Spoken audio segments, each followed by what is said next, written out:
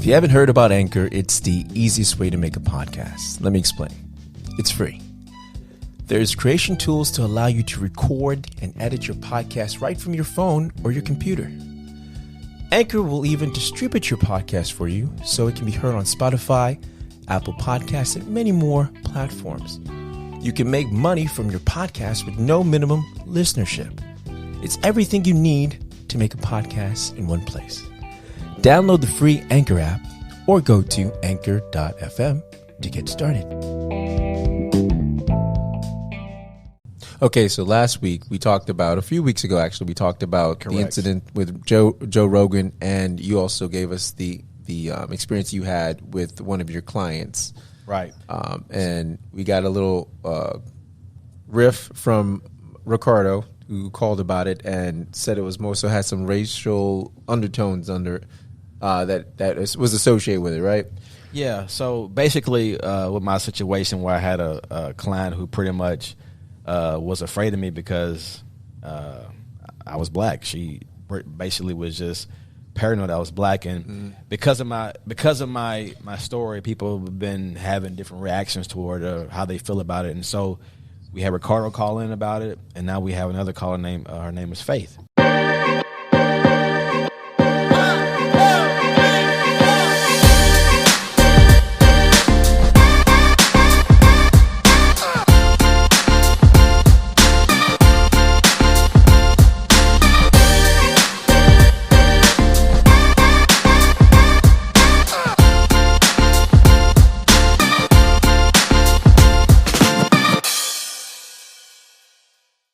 All right, guys. So for this next little segment, we have a call in. We had a complaint last week. Guys, a very close listener, Jeff, your cousin, Ray, your financial potential advisor, and my twin had a complaint that we didn't go in hard enough on Joe Rogan. Rick, you are in. You're live. Speak up. Let us know how you're feeling. No, my thing was in that, hey, guys, how you guys doing? What's going on, man? Good. How you doing in AZ? Good. It's like, I don't know, degrees is right now. It's kind of chilly today, but not bad. Still sunny over here. How's it over there? Today was actually a pretty nice day. It was really nice. It was sunny, somewhat warm. Yeah, probably like mid to high 70s. You know, this is like the sweet spot in Florida. We'll take it. Yeah, it's like 68 degrees right here. It's sunny still right now. You see, what I've learned is that anytime you're about to go hard on somebody, you got to compliment them first. So that's a safe bet. Now that we've got that out of the way, so the compliment was the weather. That's funny. Just pretending being all nice and everything. Oh, okay. My bad. Okay. No. All jokes aside, like I listened to your guys' show, and there was some tidbits and some pieces that kind of provoked me. You know what I mean? Okay. And well, so how so? Let us know how so did it provoke you. And I talked to Reggie about it. So, for example, I know that you were talking about that incident with Ray, right? Oh, you're talking about with Ray and the his client that he had that day when he went impromptu to pick up a route for one of his coworkers. Yeah. Right. So I was even letting like a person, non-color, listen to it as well, a white woman, and she. Did you say boy woman? White woman. Okay. White Okay, woman. got you. Like there you go. I'm coming at your ass first, Reg. But no, like, and so the part that kind of provoked me and bothered me was the fact, and I feel like we, as a people of color, we've been so bought into this turn the cheek if someone hits you on the cheek, give them the other cheek or what have you, and forgive and forget and what have you.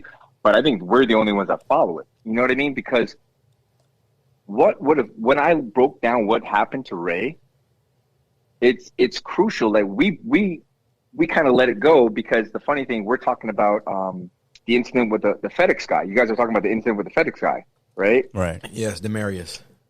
But then the same thing happens to Ray, and we're giving excuses and allowing it to, and the reason that I'm saying that we're allowing her to have excuses, at the end of the day, whatever she's gone through, or what have you, or claims she's gone through, okay, that's cool and all. But when that woman picks up the phone to call the cops, you remember when you call 911, you gotta have a reason to bring a cop out there. So y'all forget Ray saved his life, because when she calls, what is she going to say to make sure that the cops get there immediately? There's a black man breaking into my house, and I think he stole a truck. They're not coming to say, hey, can we talk to you? They're coming guns a-blazing. You know what I mean? Like, that's how it is today, guys. Like, so I don't have any remorse for that woman. Ray, I'm lucky. I mean, I'm glad you had the wherewithal to say, you know what, let me call my boss, because and diffuse the situation. But honestly, the minute that you diffused it, I'd have been out. I wouldn't have stayed around, because that's just one excuse, because she already has her bias, like stereotypical thoughts of you already. So if she thought you stole a truck in a uniform, if something goes missing in her backyard, who's she blaming? The pool guy, the black pool guy. You know what I mean? Yeah, we already said it was fantastical, a series of events that this dude would be like the most gracious, generous thief, that he would actually show up. I'm just saying on a common sense, logical standpoint, that was ridiculous that she would even think this guy is going to do the dude's job and come through all these routes and know exactly where to go, who's next. Like, before he robbed it and tied up the other guy that's in the back of the truck. Hey, what's your next route? So, we thought it was pretty ridiculous as well. But my thing is, would the situation be the same if it was a different, let's say it's not the normal guy, but it was a white guy? I don't believe so. And the person that listened to it said absolutely not. It would be the same. They would just let the person in and walk him through the backyard, and be fine. And so that's the thing. But Rick, see, so that's the thing, right? And I 100% agree with you. I believe that as a community, as a brown community, we give a pass, or we take the we default to turn the other cheek, because you know what, for a very long time, and the truth is, still, there's really no form of recourse for us. Like, what is the next step? Like, what is the action item that you can default to be like, all right, this is going to change my circumstances? We've never really had that. So, ultimately, whether it be by default, we've had to like learn to just accommodate, swallow it, eat it, turn the other cheek, whatever you want to call, for the greater good to be able to move forward. But what I will say is this: I'm not saying that you're wrong.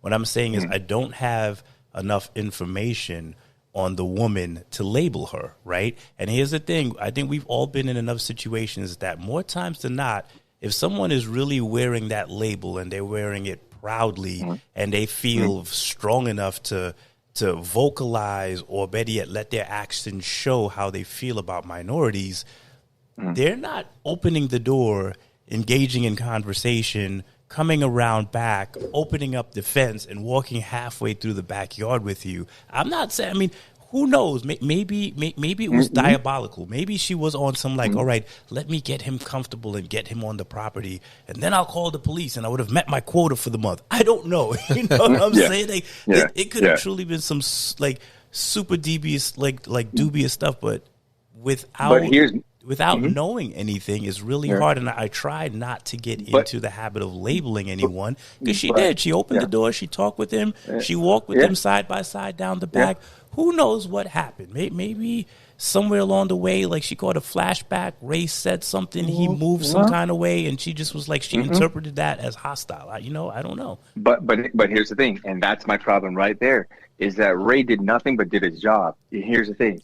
I'm tired of watching videos of us being murdered, and they say he should have complied. But then I watch a video of somebody who's not of color, and he's got a gun waving it around. The cop's like, your life is important to me.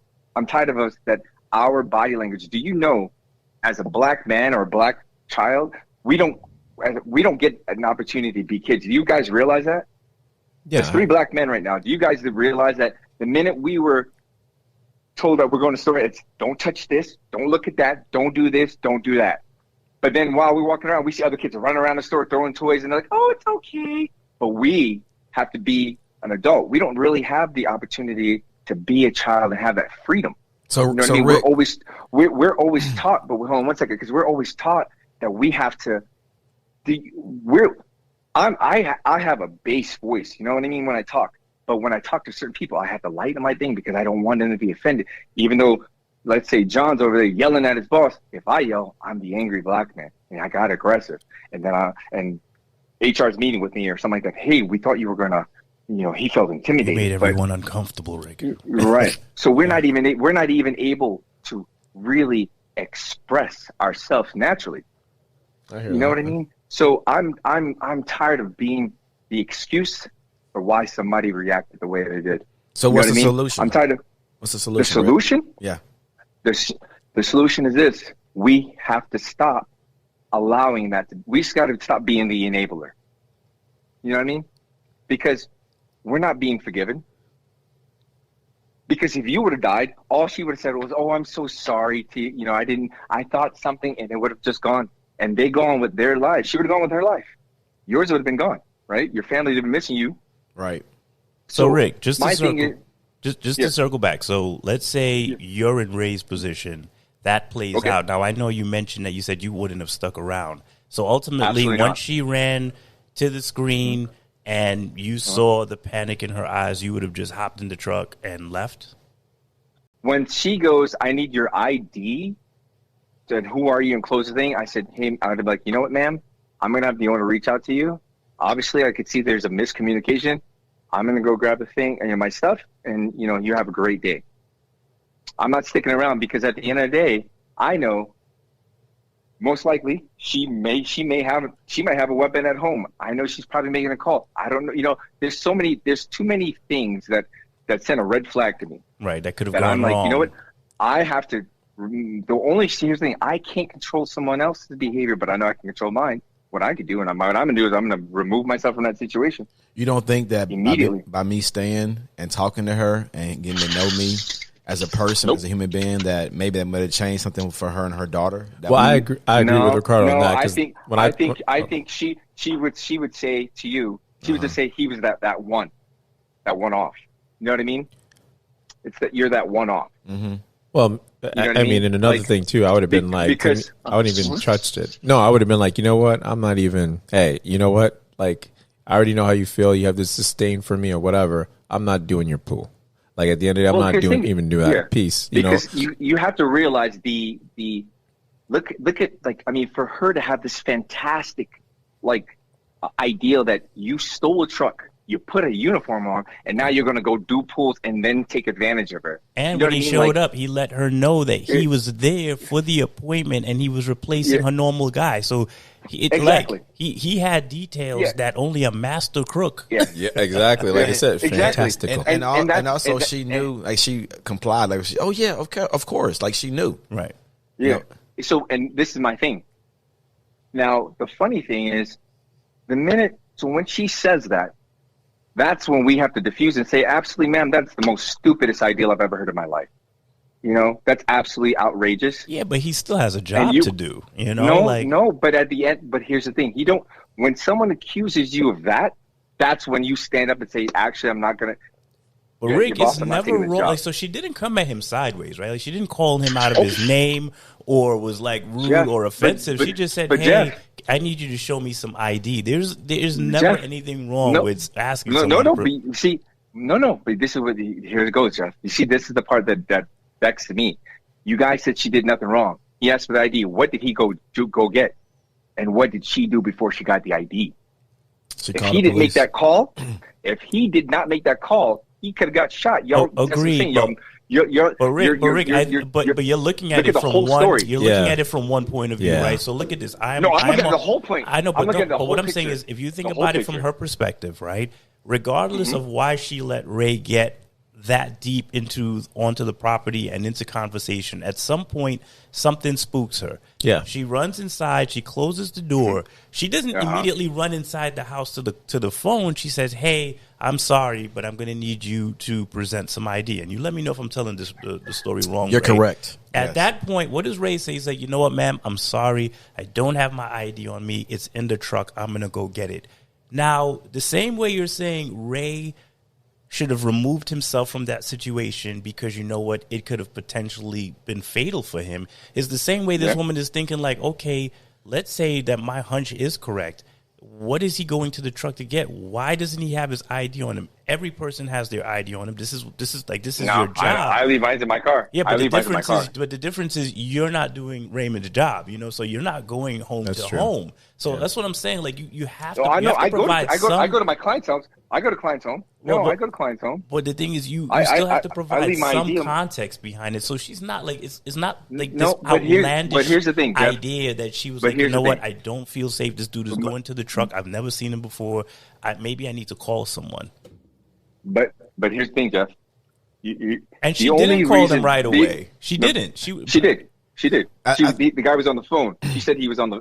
When he called her, she was on the phone with the cop. Yeah, that's what my boss said. Listened to the story. That's what I'm saying. So listen what I'm trying to say, Jeff. The only way that the ID is valid, it presents any kind of credibility or relevancy, is if she's going to run a credit or background check on him because she's not a cop. Does your ID have your name on it? But here's the thing. She doesn't know him. Does your ID have a picture on it? Does my ID? Yeah, of course. But it don't matter. Does it have the company logo on it? No. Well, here's the thing. Well, here's the thing too. I mean, let's look for her perspective. She wants the driver's license. But let's say if she didn't. Let's say he said his name, and then what she can do is call the owner. No, if she would have called the owner and said, "Hey, do you have a guy, a black gentleman named Ray, et cetera, et cetera." But here's the thing, guys. If the only way her behavior is, I could see, okay, is the first day that company came, she asked for their IDs. But we wouldn't know. I guarantee she did. We wouldn't know. You're probably right.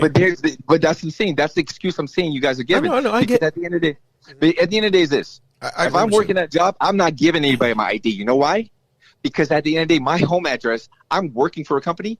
I'm not giving you my home address and everything because I'm providing a service. What are you doing for me that you need to know where I live? Absolutely not. That's a private thing. You're not a cop. You're not pulling me over. If you want to know if I work for the company, you can call the boss. But I'm not giving my ID. My address is there. You're not wrong. You know what I mean? No, absolutely. I mean, there's a lot of people now that are getting. Go ahead. But we are too accommodating to see. Here's the thing: we got so used to thinking, like that's why when you see somebody who's not of color talk to a cop the way they do, they know their rights because at the end of the day, the rights we are taught to respect cops. Blah blah. They're taught, I pay you, motherfucker. You're supposed to listen to me. And I see cops just take it. And I'm like, when we say he's right, I'm not talking, shut up. And they talk to us a certain way, and we bite our tongues because we think that, oh my God, and we accommodate. I'm tired of accommodating. I agree with you. I'm ready to stand up and be like, no, that's what I'm saying. It's okay. Not all business is good business. And if a business is going to cost me my life, you're not good business. I'm sorry.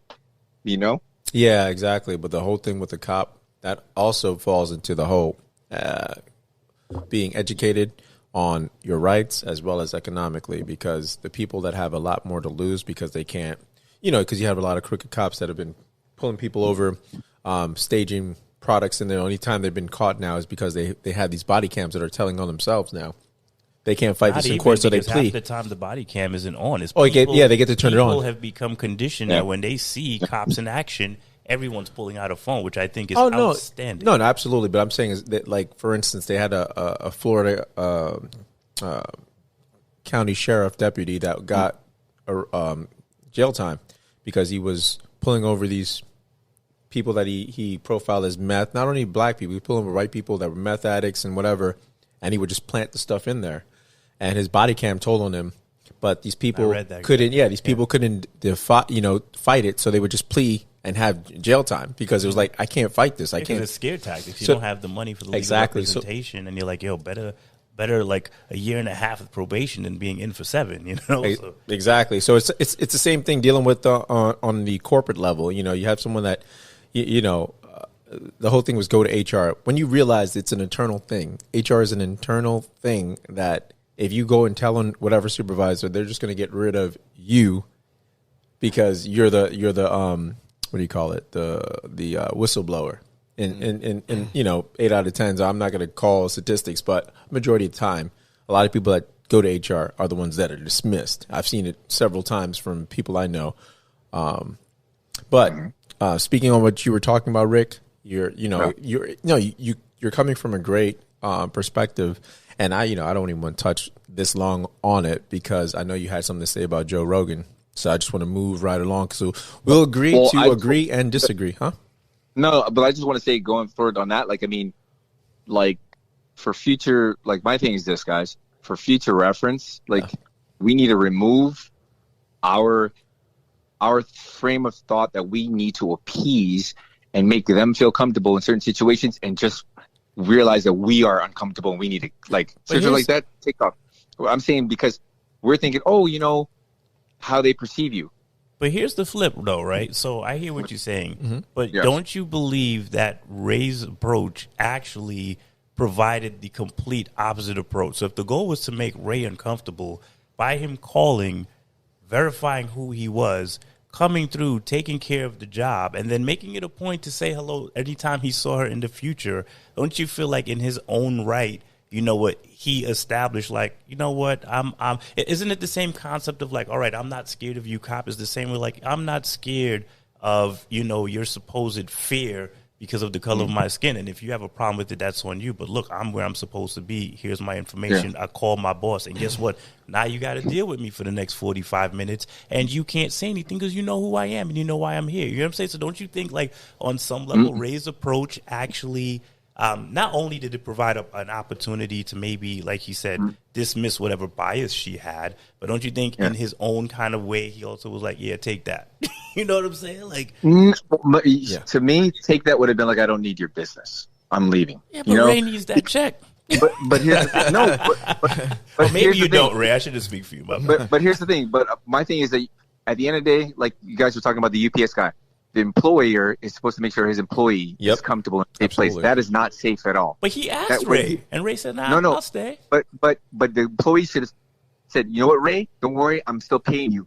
I want you to come. You can go and leave that job because I don't feel comfortable with the fact that that client thought this, that, and the third." You know, no, Ray could have left. From what I understood, Ray could have left. He chose to stay. No, but here's you're not listening to what I'm saying, guys. Okay. The employer. If I'm an employer and that happened to my employee, I'm saying I would tell the customer, I'm sorry, that's not blah blah. Ray, you don't worry. Let's come on. You go ahead and go to the next job. But that would be only an employer who's experienced racial profiling. I'm talking about who's open-minded. But here's the thing. You see what you just said?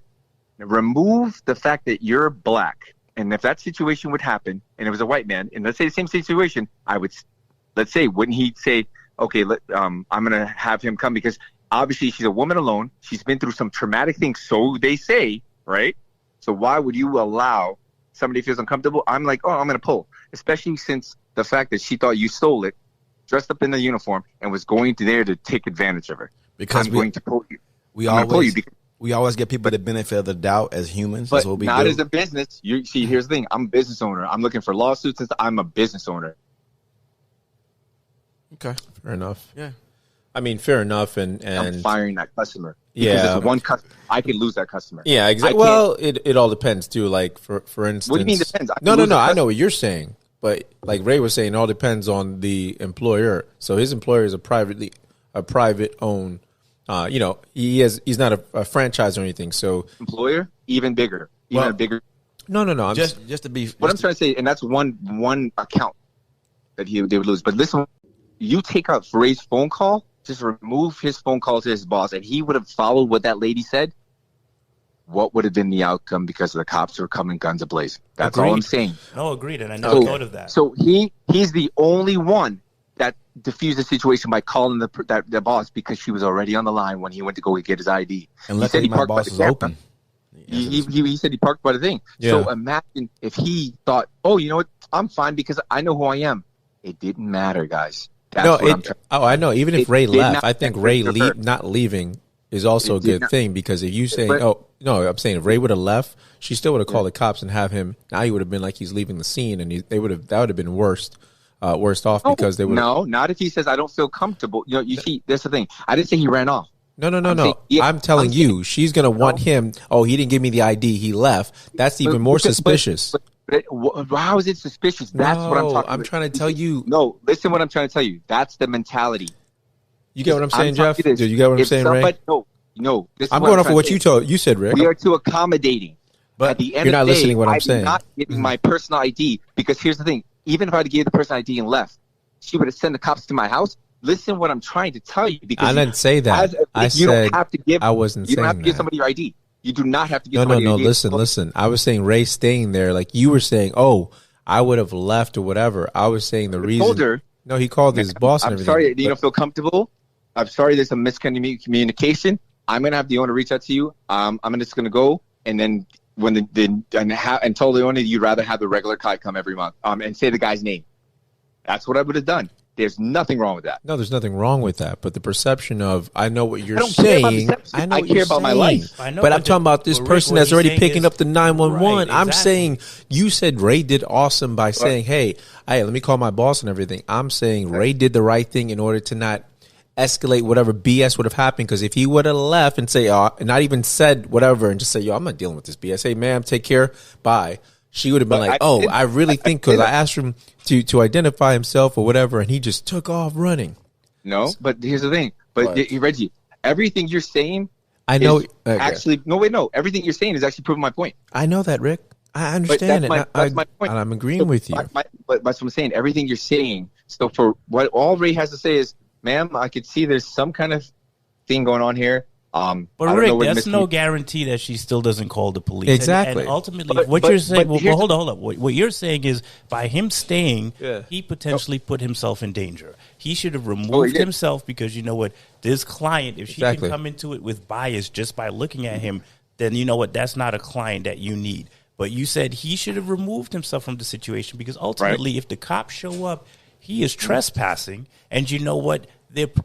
Who's to say that they're asking questions? What Reg is saying, you know what, maybe by him staying, he also helped himself, because even if he says to her, hey, you know what, I can tell you're uncomfortable, I'm going to leave, my boss will contact you. Like Reg is saying, she may still view that as like, oh, he's shifty, he's leaving the scene, I'm going to call the police. And who's to say that when they track him down and they roll up behind him, that situation doesn't escalate either. So that's all Reggie's saying, is like, either way, the situation could have potentially escalated. But here's the thing. This is what I'm trying to say to you guys.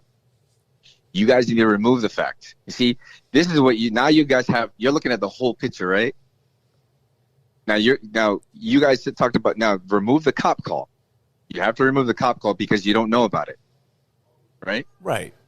And that's what I'm saying. When you realize a white woman, you're alone with that person, she's already acting this way. He knew it. It's time to go. Yeah, Ray knew it and sensed that something was happening, because she didn't show up back to the door. So he already knew she was probably calling the cops. But here's the thing. Instinctively. That's my point. My point is this. Not everybody's right, because Reggie, you would have gone and get things like, hey, ma'am, I'm eating. And that's my point. The best thing to do is to remove yourself from the situation, because, like I said, not everybody's going to do what he did. I know that, Rick, but here's the thing. This is all I'm saying. What? You're saying, let's control what we can control. So the woman already jumped on, told him, hey, I need this. He ran and did exactly what she said. She already was escalating and making sure she had backup, because at the end of the day, it didn't matter what he came with. She probably called her husband, and he said, hey, call her girlfriend, say, hey, there's some guy, I've never seen him before. And someone said, call her. She called. It doesn't matter. I'm just saying, at the end of the day, we can only control what we can control. Right. Raymond did to the best of his ability. I know what you're saying, but he potentially, like you were saying, either saved his life or saved some big dispute or whatever could happen. But I know what you're saying, Rick, but I'm just saying Ray can only control what he can control. So can we. Unfortunately, us. I'll put it this way. You know how people say, hey, I'm just trying to get home, with the officers say that? Ray's just trying to get home. Exactly. Which sucks. Ultimately, I grew up in Mobile, Alabama. Yeah. I know about racism. I grew up when I was 8, kid got hung from a tree from 8 years old by the Klan. I understand it. I've seen it. I felt it. I lived it. So I understand about racism, but I do believe that at the end of the day, we can only end it by one person at a time. And I could have left. I wanted to leave, but I said, you know what? I might be able to change her viewpoint. I really thought that. So that's why I stayed, and I wanted to see if I could talk to her and let her see who I was. Whether it made a difference or not, I believe it did. Maybe it didn't. I don't know, but that's the thought process I had as far as that. You can only do it one person at a time by just being yourself, and that's what I thought. That was. But I agree with what you're saying. I do. I definitely agree with you. We do appease a lot. Absolutely. And I guess it's kind of like our mentality. We feel like we have to. We've been conformed. Absolutely. We've been conditioned. We've been conditioned. We have. We do, because sometimes my demeanor is very straightforward, and it comes off as aggressive, as you said before. And sometimes I do lower the temperature of my tone to make people feel more comfortable around me. Yep. And so, and you know, even with my ex-girlfriend was happening to me white, sometimes she would make comments like, yelling. No. She would say that I'm angry or I'm aggressive, right? Wow. And I said, that's racist. You profiling me right there because Jeff, did you see what Ray just did? Rick, you're not here in the studio. This dude just looked at me and was like, right? No, I'm not agreeing with you, bro. Don't put Kate up in there. No, he's like, can I get a witness? He's like, yo, she you aggressive. I'm like, no, I was just saying upset. He was like, right? I'm just saying, like, I had to train her. Like, you can't say that. You can't. Did you hear what he said? He had a trainer. He's going like, there are certain words you can't be using path. because I'm black. You know, it's just. You profile me because you saying that because if I was a white person, you wouldn't say I was aggressive. You just say I'm being loud or, you know, I'm angry. I'm having an argument. Yeah, you know, 100%. but. And Rick, you're right. You know what? We are conditioned, but you have to believe. Absolutely. You also have to remember that conditioning is also part of like a survival instinct. Because the truth is, these are the things that our parents, our grandparents, our great grandparents had to do in order to save our lives. Save our lives and keep a job and just keep themselves as well as their children out of trouble. Or it's like one of those things where it's like make yourself small. If you make yourself small, then you can just blend in and just be and not invite any, unnecessary trouble or hate. And I get what you're saying. We are well beyond those days and we need to get out of that mindset. But the thing is, Rick, even though those days seem, far off into the past, if anything, these last couple of years has taught me that we are not as far along as maybe we thought we were. No, we're not. Okay. And sure. And it's fine to be, brown and strong and proud, but I still think even today it can rub people the wrong way. And unless you're in a situation where you are self-employed or you have your own business or you are calling your own shots, man, you still have to conform on some level because you know what? That's the deciding factor between you collecting a check or being able to take care of your family or have health insurance or not invite any trouble. So it's maybe not as extreme as it was, a couple of decades ago. But you know what? It's still there. It's still very much there. And I agree with you. The truth is I never thought when we did the show last week and we talked about it, it never once crossed my mind like, man, this could have gone south. Like that situation could have gone bad because what if he does call the cops? What if she does call the cops? What if the cops come? And what if it's one of those individuals where it's like aggression first, questions later? That could have been really bad. Because so remember, you're right. Yeah, because you have to remember, you're calling 911. You're not calling, can I have a wellness check? You're calling 911 for an emergency, so you have to make it sound like an emergency. So you got to amp it up. I agree with you, but I also celebrate Ray because I think often another part of the conditioning isn't just making ourselves small, but I think sometimes that conditioning leads to us being angry and being unable to see that, sometimes simple acts are the beginnings of a bridge to kind of help change perspective and help provide insight to people. So I celebrate Ray for having that mindset, for being able to go in and say, like, this is crummy. This woman making me feel like I'm not here. I'm just here to do my job. But I think it takes a certain level of maturity and courage and strength to be like, I'm not going to let her chase me off. And I'm going to let her see that not only am I here to do my job, but I do my job well. Or I could be naive. And all right. Exactly. But I agree with you. Exactly. I think you're right. We have been giving a pass for so long that is just, it's almost wired into us at this point. Yeah, exactly. My thing is, when I used to work for my old company, I don't know about you guys, but when I needed to call my boss, he didn't always pick up. Like, you know what I mean? Because he was with other advisors or whatever. Mm-hmm. So imagine if this man did not get in touch with that man. You know what I mean? Like, there's so much things that a millisecond he could have been on another call. You know what I mean? Like, there's just so many things that you guys just skipped. And I'm like, and I'm listening to it. I'm like, this is more bigger than they even know. This is like, bigger than they even know how this man literally like dodged death. Yeah, literally. I agree with you. You know what I mean? Yes. No, and I appreciate you taking the time and touching base with us because you're right. This is a whole different avenue that we didn't cover, and I don't know if maybe, like you said, it's conditioning or maybe we just didn't see big picture. But you're right. Like, you really introduced a whole nother element to that situation. Thanks for listening. That's what I appreciate. And sharing it with your, was that your coworker? Yeah, no, I'm not. No, coworker, a friend of mine. Okay, and she said she's white, right? Yeah, and she said, and she was like, she basically was super like offended by it because she knew, like, she's like, yeah, that woman basically, because she was black, like, knew it, and then said, like, it doesn't matter what situation. And she said it made her go home and think, and she said she realized that, you know, no matter what you've gone through in life, it doesn't excuse how you react to certain things. Yeah. Because it's your duty. It's, you know, if you've been through some traumatic experience, it's your duty to take care of that, to fix it. It's not somebody else's duty to accommodate it because they're, you know, they haven't gone through your experience, but they shouldn't have to accommodate when they're just doing their job or something like that. And your reaction to them just being the color they are or what have you shouldn't cost somebody to, you know, their life or possible. You know what I mean? Like, right. And that was from that perspective. And that's why I was like, oh, well, thank you. I'm glad you see it as that because it's the truth. Yeah. And that's what, you know, because remember what they say to us, oh, because you came from poor and poverty doesn't mean you have to stay that way. Well, because you were traumatized or whatever happened doesn't mean you have to stay that way. Agreed. Oh, you know what I mean? That's what I'm saying. We're too accommodating, guys. We're too accommodating. If we're told we got to do the work, then every motherfucker got to do the work. Mm-hmm. Agreed. I like, you know what I'm saying? Rick. That was beautiful. I do.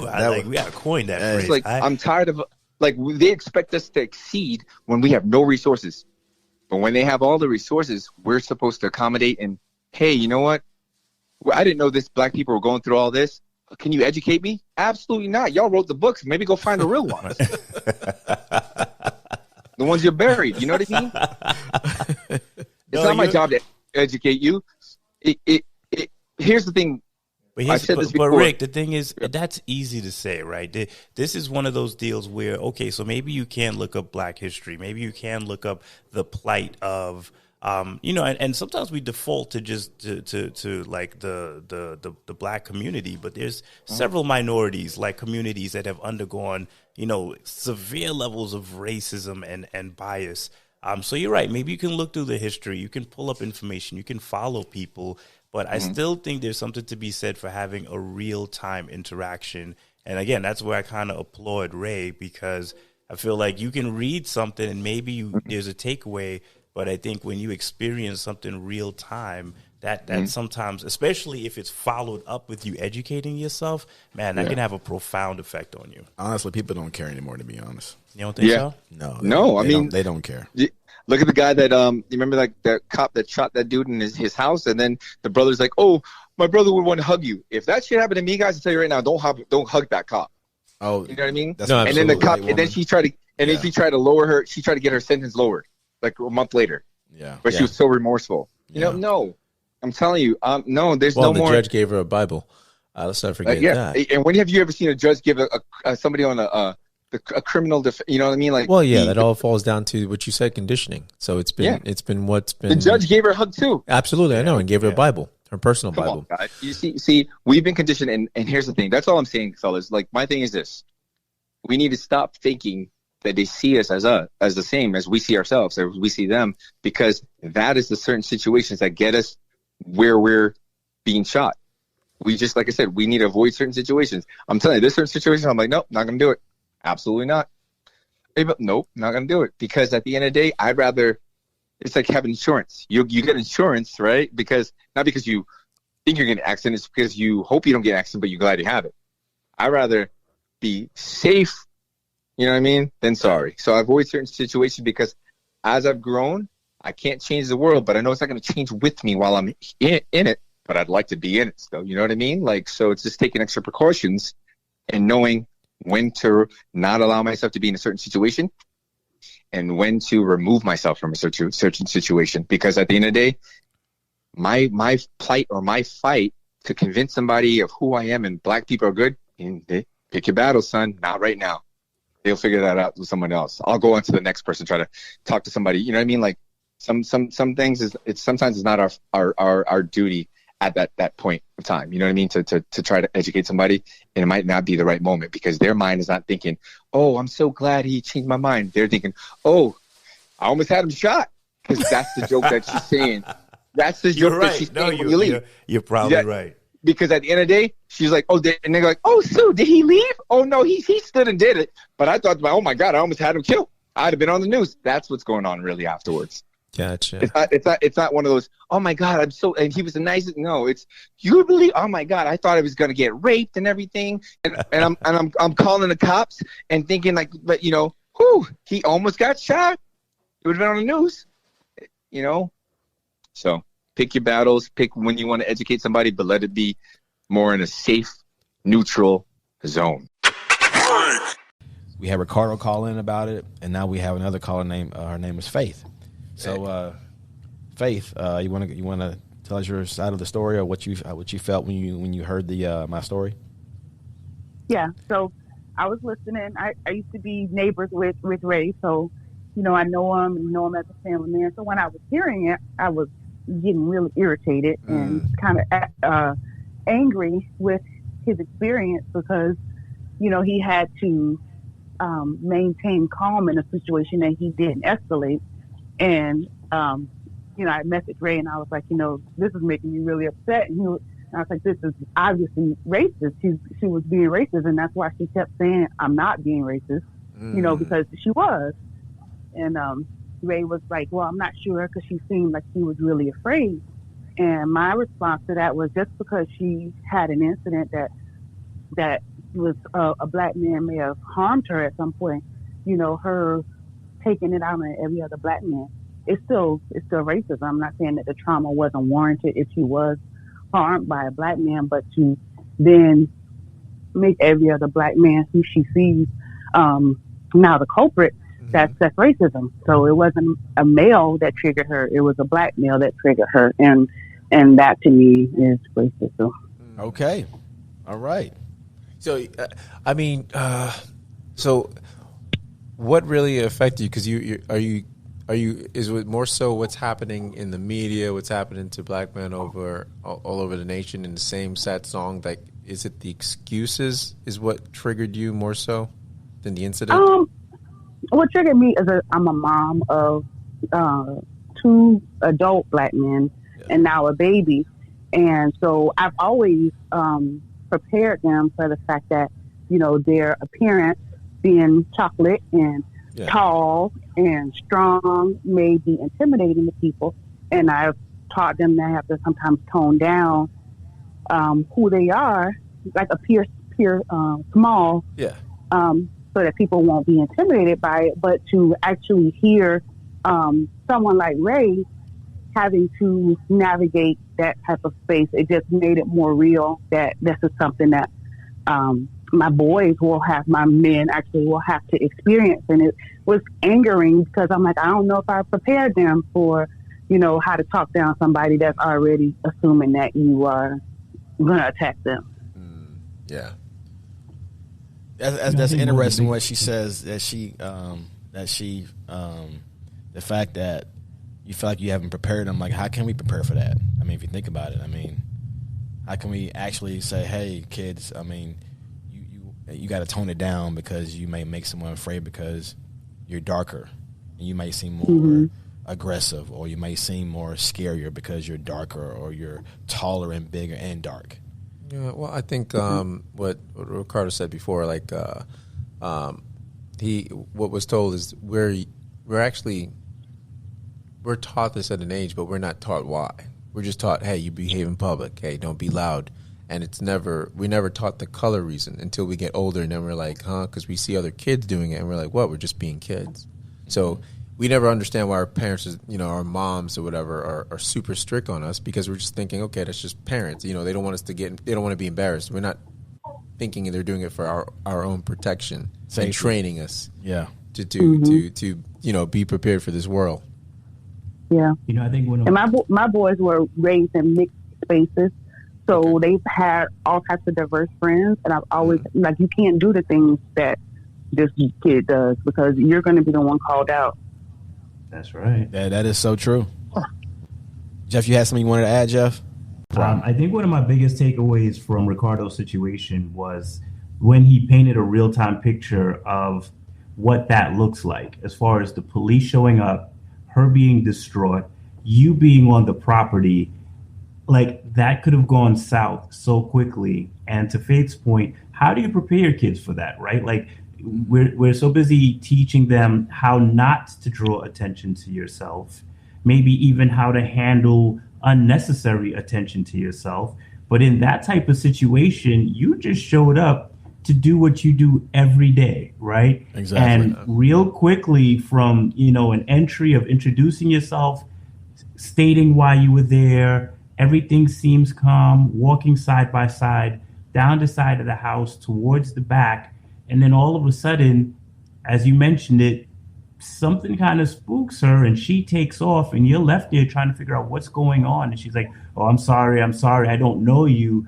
That could have put you in a really bad situation. And I'm in nowhere trying to tell, anyone to tone down their fear. If you feel like you're in a dangerous situation, you do what you do. You do whatever you need to protect yourself. It just seems funny, and maybe not funny, just the timing of that and the situation that you would have been put in if the police had shown up under those circumstances, right? Because you're hoping that that's going to lead to a conversation. You're hoping that's going to lead to a conversation. Mm-hmm. Right, exactly. You said it perfect, that I'm hoping that it leads to a conversation. That's what we're all hoping for, a conversation. We're hoping that it doesn't escalate. We're hoping that people take our word for what it is. We're hoping that we're given the opportunity to be, this might sound crazy, but we're hoping that we get treated as equals. Yeah. You know what I mean? Well, you get the benefit of the doubt. It doesn't sound crazy. It doesn't sound crazy. It sounds very real.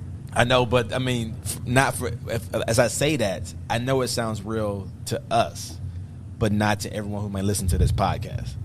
We may sound like, what is he talking about? It's equal. Yeah. I mean, you know what I mean? Like, not to everyone, but even though it's 2022 and everything that has been accomplished, we still have issues. We still have a little ways to go. A little ways. I think we have lots of ways to go. A lot of ways to go, man. So Faith, I'm curious. After hearing that show, did you have your boys listen to it, or I should say men? I meant no disrespect. You said adults. Hey, and her boys are men. That's for sure. You heard me check myself, right? I'm like, wait a minute, let me slow my roll. I said, bro, I'm a parent, and you always view them as kids, but no. Mean, they were men at 15 years old. Them boys big. Oh, really? Oh my gosh. Is that what she means by she had to teach them to kind of like tone down a little bit? She's got men. Grown boys, huh? Yeah, they're 6 foot and 6'4". And wow. But yeah, I sent them the episode. And they know Ray. He's Mr. Ray to them. Uh-huh. They look down on him, but I said, listen to this episode with Mr. Ray. They look down, but up to him, huh? Mm-hmm. I'm sorry. What were you saying? I'm sorry. I cut you off. What were you saying? They what? No, I was just telling them to listen to the episode so that they can, talk about it with themselves. They both like listening to podcasts, so I just encourage them to listen to it. Yeah. I love the fact that you did that and gave them I like the fact that our podcast is educational in that perspective, or teaching people awareness, or teens, because there's a false I don't know how to say, bravado out there that, because of the rapping and all that, the stuff that's done today, the recklessness and what I see rappers today, that kids think they can get away with anything, and especially kids of color thinking it's okay because their favorite rapper is doing it, that it's going to be easy for them to get away with stuff, which is not the case. No, these boys, I've told them from a very long time, you're going to be the one called out, especially my middle son. He's 6'4". I'm like, dude, you can't hide. You're gonna be the one pointed out. So don't do stupid stuff. Speaking, her sons are named Davion and Nicholas. Davion and Nicholas? Yeah. Very and cool. Yeah. Now she has a young baby named TJ. But I would say I was always impressed by Faith as far as being a single mom. She's not a single mom anymore, but as a single mom, she's done I was impressed by the way she raised her boys and her daughter, which is named Faith as well. And they graduated college. Wow. Yeah. And Nick has a clothing line. Oh yeah. Yeah, he does. It's called Rare Youth. Yes. Rare Youth LLC. If you're on Instagram. Her Davion is married with the child. I mean, her kids. Three kids. You got 3 Davion kids. has 3 Wow. kids. Yeah, he's an academic advisor at FSCJ in Jacksonville. Oh wow. He's working on his master's degree right now. Say Nicholas earned his master's degree in December from FAMU, and my daughter, she just turned 21. She earned her bachelor's degree in December from UCF. Wow. I mean, that's impressive. Yeah, you definitely taught them more than just to be aware of stuff. You taught them education will get you far. Yeah. Empowering themselves. That's amazing. That's kudos to you for that. I grew up with a single parent as well, my mom, and single parent, you women are very, very strong. You don't get enough credit for it, but you are definitely the backbone of the community. You definitely are. Exactly. Thank you. Well, Faith, thank you for calling in. We appreciate you, and keep up the good You're work. welcome. Yes, thank you for your time. Thank you so much. Thank you for the education, Ricardo. Appreciate No, that. absolutely. You're welcome. And here's the thing with Joe Rogan. Let me jump to that real quick. Well, actually, I was going to segue into that right now. I was like, I don't even know if you have enough energy for Joe right now. Oh, no, I do. He's Trust me, fired up. told you. I like fired I'm up. fired Rick, up I got to because tell you. Because I told you guys I was. Because I told Reggie he lost. I was like, Reggie, you're about to lose the subscriber. Wait. Hold up. Now you can get into Joe. Give this man technology and it ruins everything. Okay. So here's the thing. I listened to you guys, and once again, it's that conditioning, guys. Like, for example, I heard if we took a video, I think Jeff said, if we, and Ray said it as well, if we go through if somebody recorded every step of our life and what we said and this, that, and the third, right? We would all be under scrutiny, right? Yeah, correct. Right. Did anyone go follow Joe somewhere? Was there a hidden camera? No. This is No. all done on the show. Yep. Oh, so you mean he purposely, and he was purposeful. But I said that though, he Rick. I intentional- said, you know what? No. I said No, I understand. you have to say that word that many times in order for someone to be able to record you and put that Right, together. right. But here's what I'm saying. But y'all also reference the fact. Here's the thing. You guys put yourselves like, well, if somebody recorded. But here's the thing, because I know there's Jeff when I'm at work, and there's Jeff when I'm chilling with boys. What's up about and you know what to turn on, right? And professional Jeff, right? Yeah. And professional Reggie, professional Ray. So because that's how you're groomed and taught and conditioned. So I guarantee you, if anybody was following you around with a camera and you knew there's a camera, I guarantee you I wouldn't catch you saying all that stuff. Any of you. So don't lower your standards and put your guys down there with this guy saying I opened the door and there's monkeys all like it's Planet of the Apes. You know what I mean? Like you wouldn't say that on camera. Yeah. You would have the intelligence to be like, on an interview. Not to say something like that, but if you're comfortable because the world don't really care about the Planet of the Apes and the monkeys, then you're good because if it's the normal consensus, you're cool talking about it because that's a normal conversation. But it's a normal conversational piece. So my thing is, he gets no pass. So what if that was Dave Chappelle talking about white people? Would that be okay? Here's the thing. He talks about every people. Here's the thing. Chappelle talks about white people, talks about black people, talks about Asian people, his wife, whatever. He's a comedian, right? Okay. Right? Correct. He does it.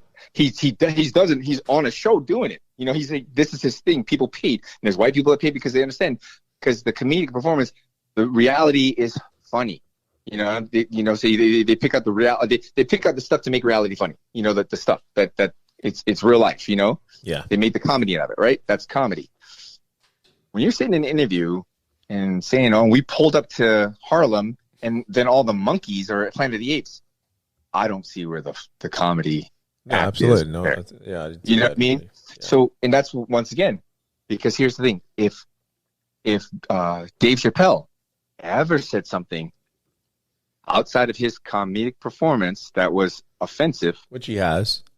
No, I mean, which they, you've said it about the other community, the LGBTQ. Right, you're right. And then he said, I have no problem with them. He even said it's the other ones or whatever. I forgot. But what I'm trying to say is this: if he said something like that outside of that, right, there'd be huge, look at Nick Cannon. Remember what happened to Nick Cannon? Yeah, exactly. Yeah, and right? Whoopi, you said remember Whoopi too. It was an interview, and Whoopi as well. I mean, doesn't Nick Cannon do Wildin' Out? Right? Yeah. He does comedic stuff. He said something in an interview, and it was offensive to a group of people. And what happened? They canceled him, right? The Jewish community, right? Yeah. Right. Exactly. I think Ricardo was trying to save us by not mentioning the name. And thanks, Jeff. Thank you, Jeff. I Canceled. told him. Yeah. But that's my point. And Whoopi did the same thing too. Well, she didn't say that. She just mentioned something about the Holocaust. But look at Whoopi. Whoopi said something and said it was not about race. It was about. I mean, it wasn't about people. I mean, it was about religion. It was about religion. It wasn't about race, right? And look what happened to her. My thing is this, guys. Why are we the one that gives out the pass? It's okay. It's okay. Why are we the ones that give out the pass? But that's just it, though.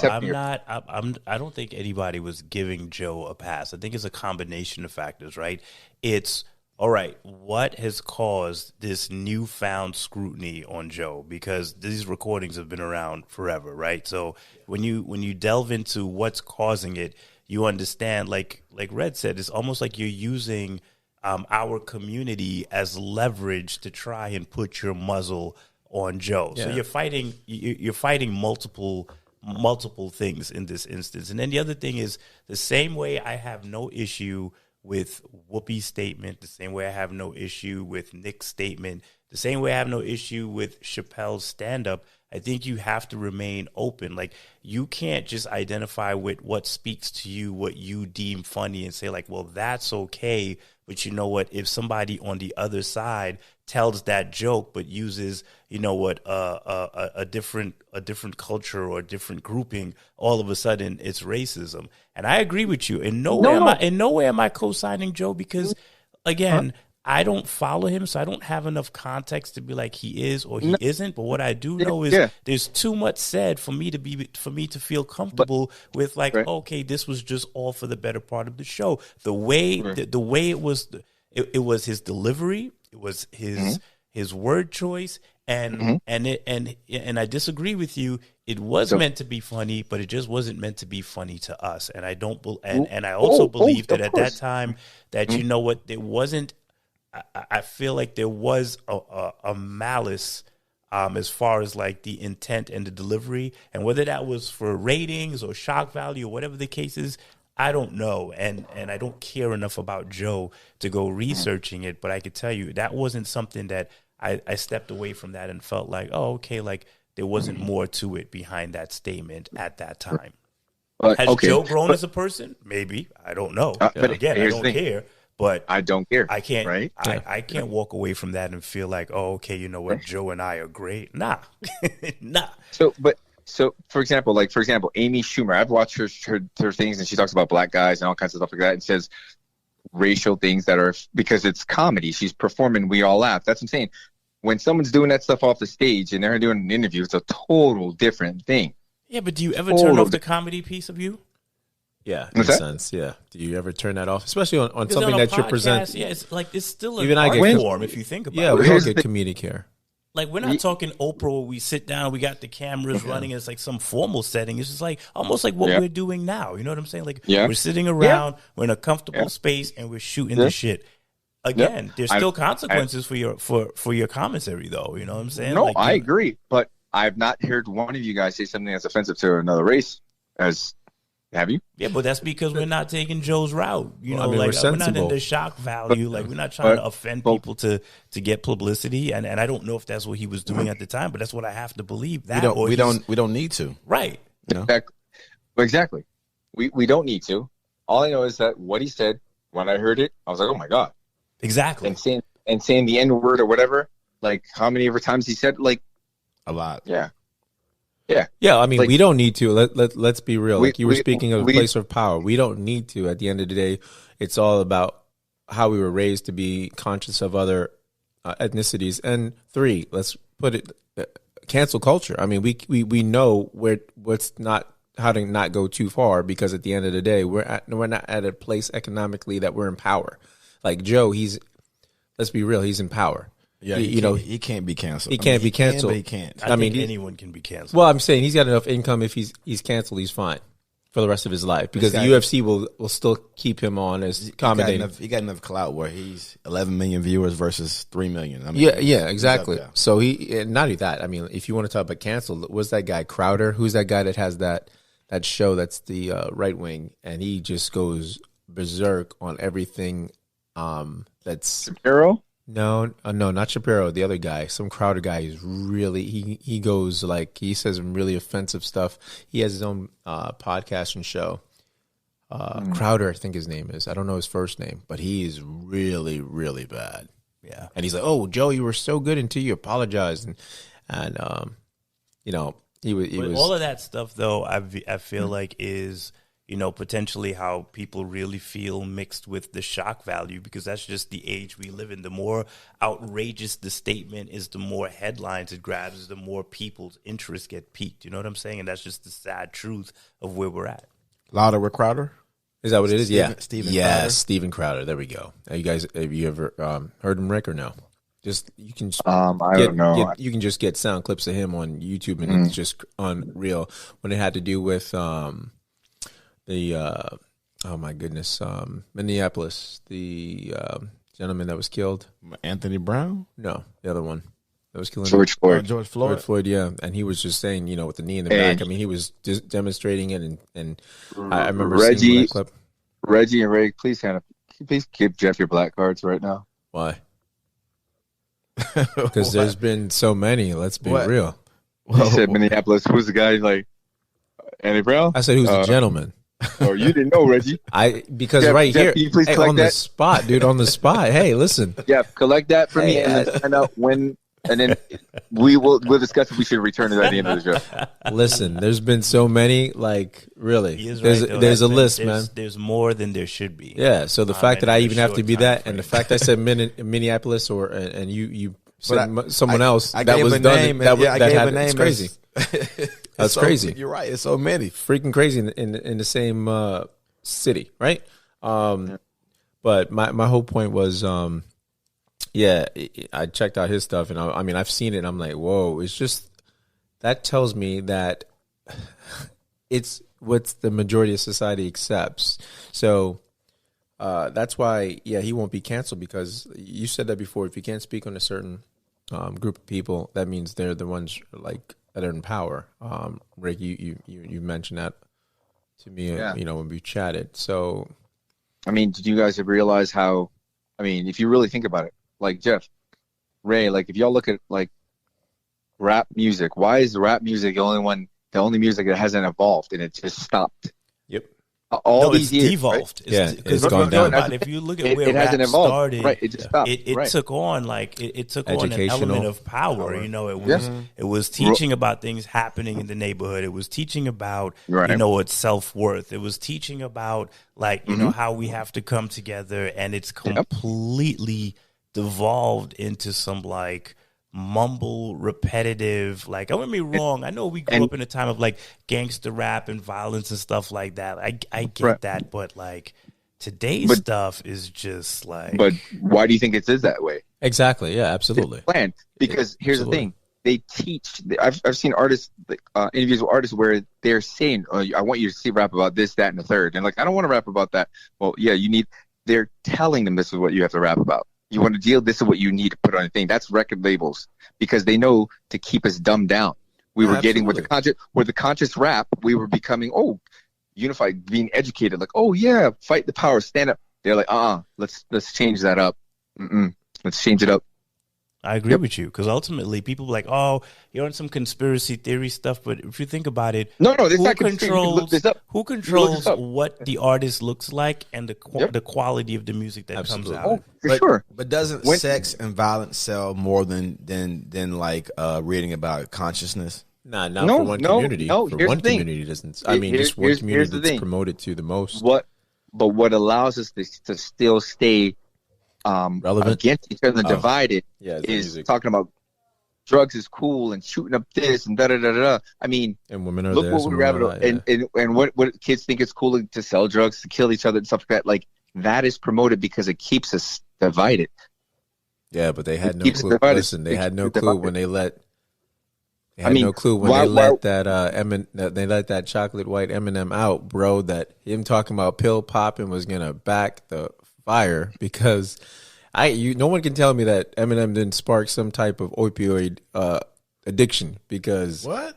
you don't think so. That dude was speaking on that and pill popping. Listen, if rap music, if they do it with hey, let's gin and juice and stuff like that, you don't think it has some type of influence? Hey, if this guy's popping pills and it's more acceptable, that you don't think it had an influence on a lot of people trying pills, a lot of kids? I'm not saying it didn't. I'm just you saying said- he didn't spark. No, I said he's popping way before that. Well, No, no, sparked the opioid. I said it had a little spark to it. It had to. Man. Carried weight. Hey, I would Yeah, say that's what I'm saying. influence, but Sure. not spark the opioid. Hold on, I want to make sure for just my legal purposes, I do not concur Yo, or this agree. dude is hilarious. You just talked for about legal hip hop. But look, hey, you know That's what? true. This You just backfires blamed on one every. man. This is You just just- backfired you blamed- everything you just Brett, said because he Brett, started the you pill just dropping. blamed one man. Okay, and then you know what that is? so- That's defamation of What character. was syrup? What was sipping on some syrup? Was that cough medicine? Yes. Okay, Yes, right. did that's not spark it with the mumble rappers with Lil Wayne and all them sipping on some syrup with No, ice? that was already happening in the hood, and he just put it in the song, and what that did is that led to people being like, "What is scissor?" And then they jumped on it more. Right, you know what I'm saying? So But it's what I'm already saying in place. about the pill popping is that I had no clue about that, and I'm like, oh, pill, and that was his thing that I never heard mainstream as far as in hip hop was pill popping. Let's be real. So what about heavy metal users? Then when they pop pills and all that, and concerts. I don't remember. I don't Yes. hear them saying I'm popping pill when they're singing about Jesse's girl. No, you're talking about a time. We're talking about past that, Reggie. When you're in your teens, when were they singing about Jesse girls in your teens? I'm making a joke, Rick, but my point is they don't really sing about the pills, right? They sing about Yes, the they broken do. heart and the sex and the rock and roll and maybe cocaine. drugs. Maybe I don't know, but But are they really? drug, sex, rock and roll. What? That's why it's called drug, sex, and rock and roll because that's a lifestyle. Yeah, but they weren't really talking about the over. They were the doing it. prescription They were drugs. living it. They weren't talking They were about the overdosing. prescription. Just It people was more overdosing. so the heroin. It was cocaine. It was crack. It wasn't. It had nothing to do with opioids.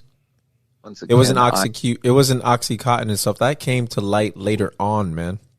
for legal If we're being purposes. honest, like For legal OxyContin purposes. and like pill popping is a result of Over prescription. doctors Over and hospital prescribing. prescription. Yeah, Like, pharma. That's Pharma? where it started. That's Yeah. all big pharma. So we can Yeah, big look pharma, to yeah. hip hop. We can look to music. We No, can look I'm to not saying any that. art form. getting- we but got- I'm topic. saying if we're talking about, going listen, way off let's be, topic. let's the Rick, because this goes back. You're contradicting what you said now because I'm saying I'm going to give you a Geraldo Rivera. no. Where listen, we going with this? No. The whole point is what Ricardo was saying earlier, right? And now it forms to what we were saying when we talked about, oh, you can't backpedal and you got to stand up or whatever when you went to the pool, do your job. Yes. I'm mentioning the same thing, and you're telling me to backpedal. So it all depends on the arena and the topic because we just were talking about hip hop. What I'm saying is, but No, you just were all talking I'm about saying hip is hop backpedal. with liquor You- and alcohol, No, and I'm you- saying Eminem you- brought that to light. Did he not? Like, But- the pill popping, No, and then well, I've heard because I've heard people saying I'm popping a Xanax and stuff like that. Like, yeah, Before- when I hear pills, before I never Eminem? think Eminem. yeah, Reggie, like here's Raymond, let's maybe, be real. Maybe it's just the Raymond, crowd of people that I- I know, but Let's be real. Eminem. I heard Cristal. The only thing I was hearing rappers speak about was weed. Cristal back in the day before Eminem came with pill popping, bro. Oh, you're crazy. I They can't- talked about coke, selling weight. Yeah, they did. I can't. No, speak on I'm that. talking, Crime. but I'm not talking about opioids. I'm not talking about the prescription drugs. Let's I'm be- going to, for legal purposes, I do not concur. Let's get back to this on another episode. Let's come back to the drug usage. Well, we got to finish up on Joe. So your final thoughts on Joe, Rick? You felt like in our show, your takeaway was you kind of felt we were too soft on him. We gave him a pass. Yes, that's what he's saying. Yeah, because I remember Reggie saying at the end, "Hey, everybody makes mistakes." And that is a pass, guys. I was soft on him. I can agree to that. Because here's the thing, guys. But that's because Ray's the only one out of us that follows it. Yeah. But what I'm saying is, like, here's the thing, guys. When we make mistakes, Yes. We're throwing the book. Come on. You know what I mean? So I understand what you're saying, but here's the thing. Mm-hmm. But we're taught the book to forgive, but we're thrown the book when we make mistakes. Absolutely. So remember that. You know what I mean? Like, to me, at the end of the day, someone says something like that, they show me who they are, I'm not listening to them. And that's your power. Because that's I'm what Jeff money. said, and that's what Ray said. I think Ray said he's still gonna get that alpha pill. But listen, what I'm trying to say, guys. Listen, what I'm trying to tell you. Yeah. Like, at the end of the day, right? We don't educate ourselves well enough to know that. So instead of buying what the rappers are promoting that they don't even own, but of course they're told to be putting these in their songs and their lyrics, so that we could go and buy it and make ourselves poor, instead of building our wealth and buying property and owning stuff and building that financial legacy. Yeah, financial literacy, like you were telling us, bro. That's why we have the show. I agree. I know. What I'm trying to say is, like, instead, this is the stuff. Instead of this, you want to hear about empowerment, how we change things. Instead of letting things just dust off our shoulder and being the bigger man, it's saying, no, I'm not going to buy from that brand. That's how you make a movement. Absolutely. That's what Martin Luther King did. Dr. Martin Luther King did when he was saying, hey, we're going to stop. We're going to have the boycott on the bus. And they lost so much as far as profit and income, because the Negroes were the ones that were riding the bus the most, because they didn't have vehicles, or they had to go from the suburb to the city. Yeah. So absolutely, I agree. But that's what I'm saying. Boycotting things is power. Too often is this. Too often we look at ours, and if you look at your hand and you top off your thumb and your pinky, right? That'll affect you, right? Definitely. Well, but if I look at Ray's hand and you chop up his thumb and his pinky, it's not going to bother me, right? Right? It's true, absolutely. Right? Yeah, I see what you're saying. So we need to see ourselves as one hand. Absolutely. Because too often we look and like, oh, that's not my situation to deal with. You see what I'm saying? I gotta tell you killed it today with the examples. I'm like feeling that. I didn't know where you were going at first. I was over here giving you the side eye. I ain't gonna lie. Yeah.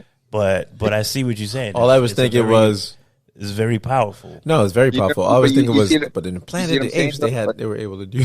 No, but you see what I'm saying? Like, at the end of the day, we don't realize that we are one, and that what affects one of us affects all of us. Absolutely, I know. But we're the only race that doesn't realize that.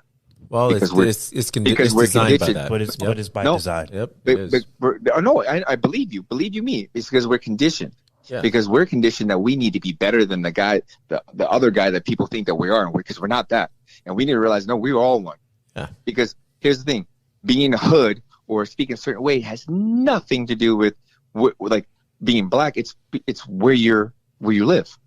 There's white people that talk like black people because it's where they live. Yeah, absolutely. You know what I mean? So if you talk proper, it's because it's not talking proper. It's just you grew up in a certain area, or whatever, and that's how you speak. Yeah, it's your vocation. So often we take the compliments. Oh, you speak proper. Proper? What was I supposed to talk like a baby? What do you mean I speak proper? I'm a grown ass man. Yeah.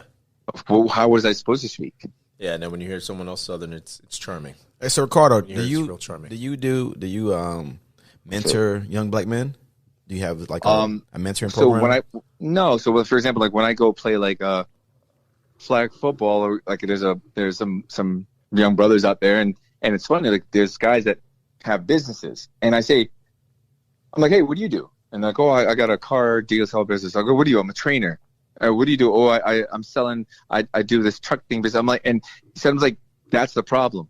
We've been out here for 2 years playing with each other, and we don't even know what each other's do. What we do, but we'll go and get business from somebody else when we can get it right here.